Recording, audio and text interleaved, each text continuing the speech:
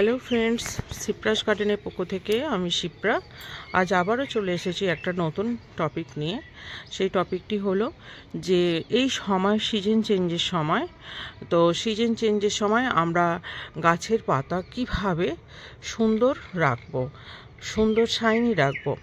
কারণ আমাদের গোলাপ গাছে গোলাপ ফুল যতটাই আমাদের সুন্দর লাগে দেখতে, কিন্তু গোলাপ ফুলের পাতাও কিন্তু কিছু অংশে সৌন্দর্যতা কম নয়, অপূর্ব সৌন্দর্যের অধিকারী কিন্তু পাতা তেল চকচকে পাতা একটা কিন্তু বেশ গোলাপের নজর কাড়ে।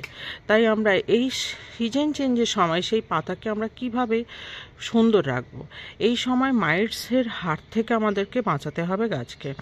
মাইটস প্রত্যেকটা বাগানেই প্রায় এই সময় কিছু কম বেশি লেগে গেছে, কারণ কুয়াশা হয়েছিল বেশ 2-3 দিন আগে, কুয়াশায় আচ্ছন্ন হয়েছিল। আর যখনই বেশি কুয়াশাটা লাগে তখনই কিন্তু মাইটসের উপদ্রবটা হয়।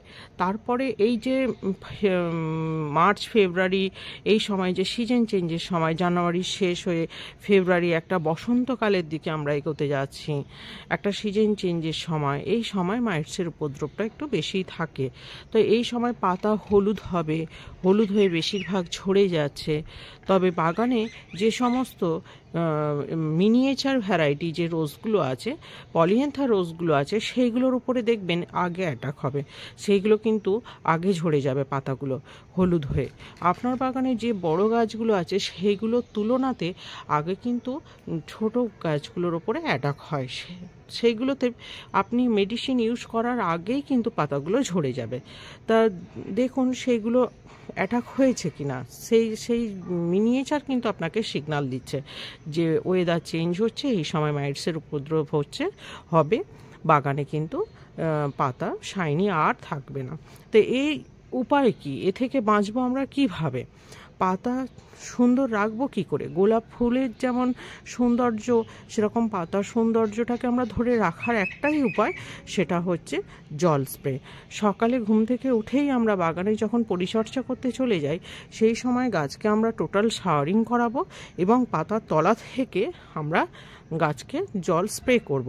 সেই জল স্প্রে করলেই গাছ কিন্তু অটোমেটিক যে জলটা ফিডিং হিসাবে নেবে সেটা অটোমেটিক হয়ে যাবে, আলাদা করে কিন্তু আর জল দেবার প্রয়োজনীয়তা নেই। এরপর সকালের জলের পার্ট শেষ হলো, সন্ধেবেলা ফ্রিজের ঠান্ডা জলের সঙ্গে বা 2 টুকরো বরফের সঙ্গে নর্মাল জলের সঙ্গে গুলে আমরা যে কাকা বা কনফিডার বা থিটা ব্যবহার করে থাকি, সেটা কিন্তু জলের মধ্যে গুলে তলা থেকে, পাতার তলা থেকে আমরা সপ্তাহে 1 দিন বা 5 দিন অন্তর যেভাবে আমরা ব্যবহার করে থাকি সেটা আমাদেরকে ব্যবহার করতেই হবে। হাতের কাছে যে ওষুধ আমরা ব্যবহার করি সেটা আমরা ব্যবহার করব। সেটা করলে কি হবে, পাতার তলাটা পরিষ্কার থাকবে।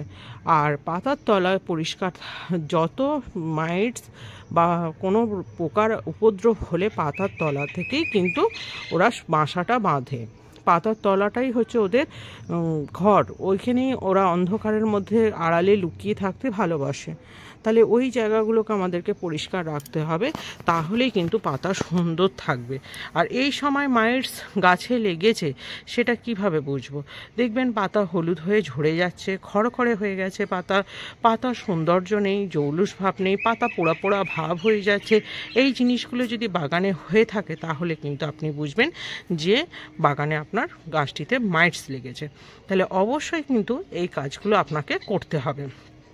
এই সময় ফ্রিজের ঠান্ডা জলটি যদি পাতার তলা থেকে আপনি সপ্তাহে অন্তত 3 দিন অন্তর বা 2 দিন অন্তর যদি গাছের তলা থেকে ব্যবহার করতে পারেন, রেজাল্ট কিন্তু আপনি অবশ্যই পাবেন। আর ওপর গাছকে প্রতিনিয়ত যদি স্নান করানো যায় তাহলে কিন্তু কোনো মেডিসিনের আর প্রয়োজন ততটা হয় না। প্রত্যেকটা দিন যদি আমরা গাছকে, শুধু গোলাপ গাছ নয়, বাগানে যে সমস্ত গাছগুলো আছে সব গাছের কথাই বলছি আমি, ফুল গাছ, সেই ফুল গাছগুলোকে যদি আপনি শাওয়ারিং করান তাহলে কিন্তু দেখবেন মেডিসিনের খরচ অনেক বেঁচে গেছে, মেডিসিন লাগছেই না।